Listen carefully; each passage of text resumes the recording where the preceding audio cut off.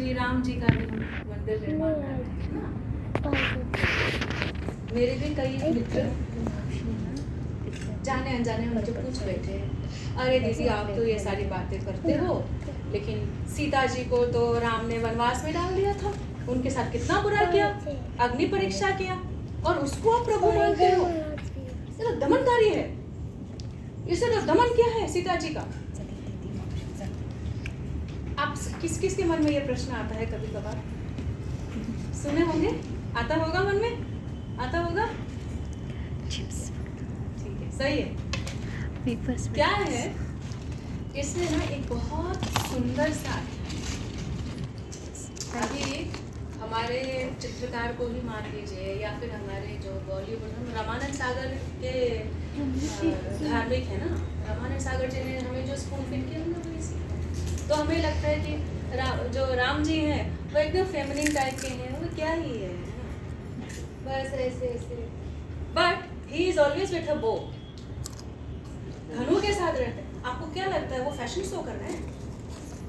और धनु वो लेता है उसको देने के लिए, वो देगा जिस जो इसके मतलब क्वालिफाइड है, जो उनके हिसाब से जो उनके बाण को उनको पाना चाहिए वो उनको देगा, आर पार कर देंगे।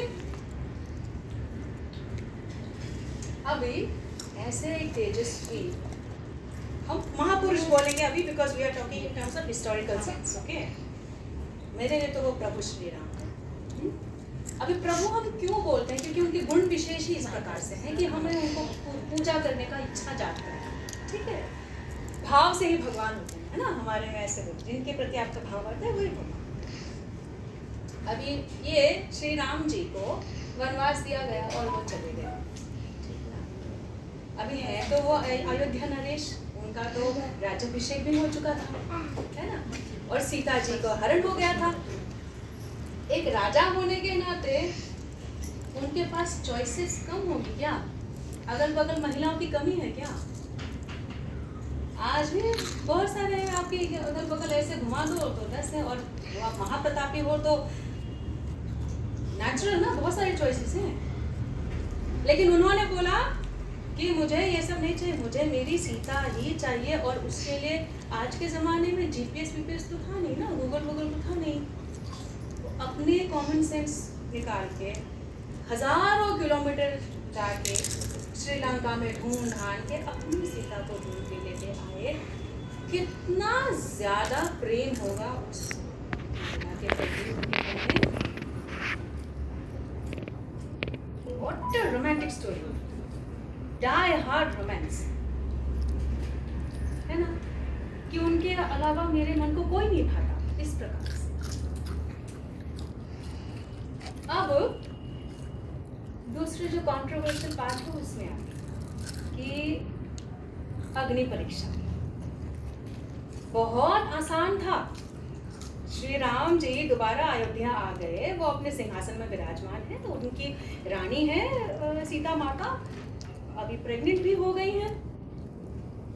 अच्छा, जब हम बोलते हैं कि धोबी ने बोला, धोबी यानी लिटरली धोबी ने बोला क्या? धोबी यानी कॉमन लोगों ने, कॉमन, कोई भी कॉमनर एरे गहरे ने बोला, किसी ने भी बोला, राज्य में उनके प्रजा किसी ने भी बोल दिया कि ये तो किसी का भी कुछ भी करके आ गई, क्या पता, और हमारे ऐसे ही रानी बन गई।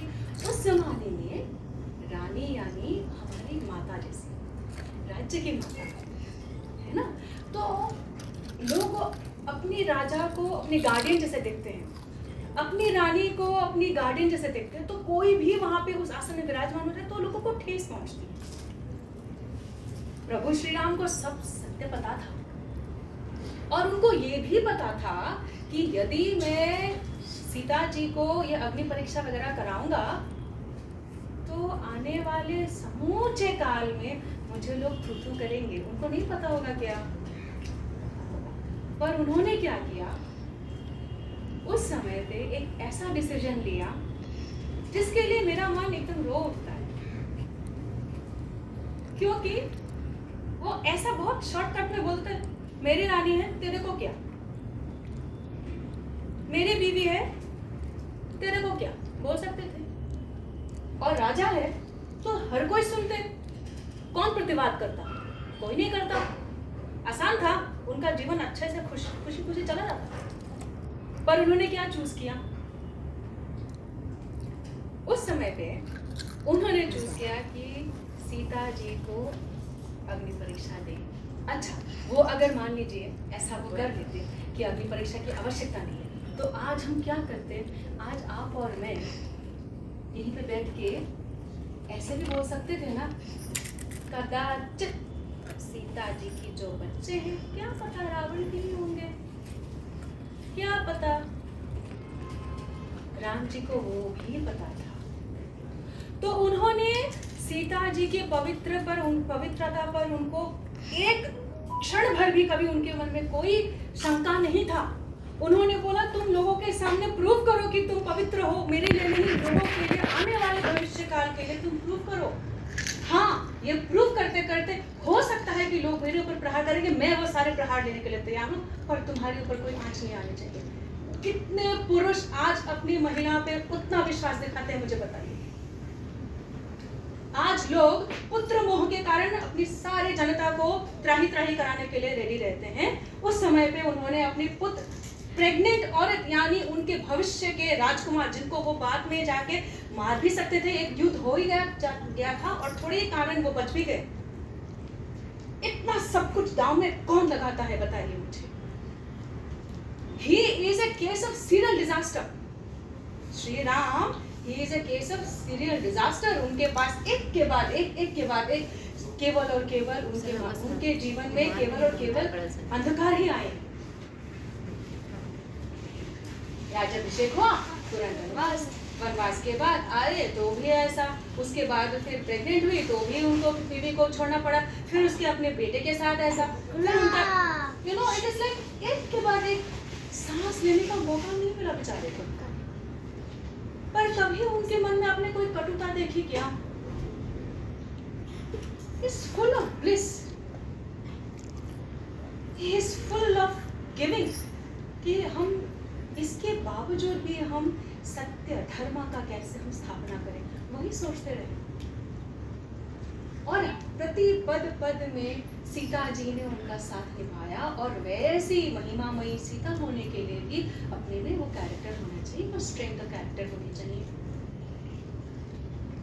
आज मुझे कई बार मैं संस्कार वर्ग करती हूँ तो कुछ पेरेंट्स मुझे बोलते हैं कि दीदी हमारे बच्चे ना बहुत ही बिगड़े हो गए, सुनते ही नहीं हमारी बात, क्या करूँ बताइए ना, कैसे संस्कार दें, क्या करें? ठीक है, तो मैं उनको नॉर्मली ऐसे पूछती हूँ कि आप क्या करते हैं, सभा होती है तो पूछते हैं क्या करते हैं, कैसे, तो फिर वो बोलते हैं कि हमें तो पता ही नहीं है, ये नहीं, हम तो ऐसे करते हैं। मैंने कहा ओके, नॉर्मल सी बात है कि आप वो बर्थडे कैसे सेलिब्रेट करते हैं, बोलते हैं। तो मैंने उनको बोला जैसे हम लोग करते हैं, दिया वैसे लगाते हैं, बुझाने के बदले हम प्रदीप प्रज्वल करते हैं, जैसे कि अभी हमने शुरू किया, हमने कोई आरंभ किया तो हम दीपक को बुझाते नहीं है, हम दीपक को प्रज्वलित करते हैं, है ना।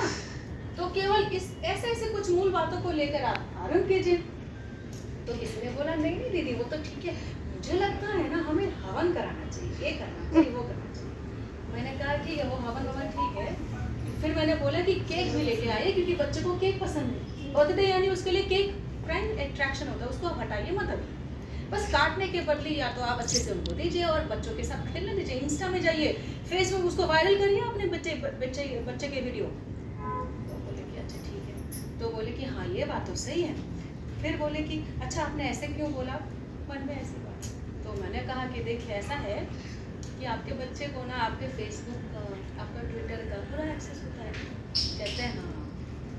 मैंने कहा आज आप हवन करवाएंगे बच्चे को, हाँ हल्दी कुमकुम करा के आप उनको हवन कराएंगे, आपके बच्चे ने तो देखा है ना कि आपने अपने बर्थडे के टाइम पे आपने कहाँ पे क्या भसड़ मचाई हुई है, पब में जाके आपने क्या क्या किया है, नहीं किया, उनको नहीं दिखता है क्या? तो बच्चे बोलेंगे अपने खुद का फ्रस्ट्रेशन मेरे ऊपर निकाल रहे हो, ठीक है ना। अभी अचानक से तुम्हारे मन में संस्कार जाग गए और तुम मेरे बर्थडे का तुम कबाड़ा कर रहे हो, मुझे करना नहीं है। जहाँ हम अपने बच्चों को अपने संस्कार की ओर खींचने की कोशिश कर रहे हैं, वही बच्चे तुम दबा के भागेंगे, बोलेंगे तेरे पास खाना ही नहीं है। तो मैंने कहा ये चीज ऐसा नहीं होना चाहिए, सब कुछ हमें मिलकर करना चाहिए। ठीक उसी तरीके से जो ये विमेन एम्पावरमेंट के बारे में बात कर रहे हैं, जो हम इन्वेस्टमेंट के बारे में बात कर रहे हैं, जो हम वेल्थ जनरेशन की बात कर रहे हैं, वो कभी अकेले में आपको आप ये मत सोचिए कि एक जैसे हम रहेंगे दुबक पे बैठे यहाँ पे हम महिलाएं आए हैं। अरे तेन ही ये अच्छा रहेगा कि यदि हम एक दूसरे के साथ अभी हम बातचीत करें, एक कम्युनिटी हम बनाएं, एक दूसरे के साथ जुड़े, भाई साहब यहाँ पे हैं और employees आ गया।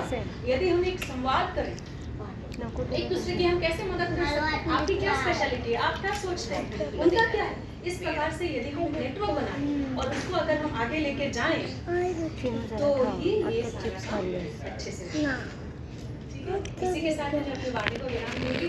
आपके मन में कोई प्रश्न हो तो मुझे बहुत अच्छा लगेगा।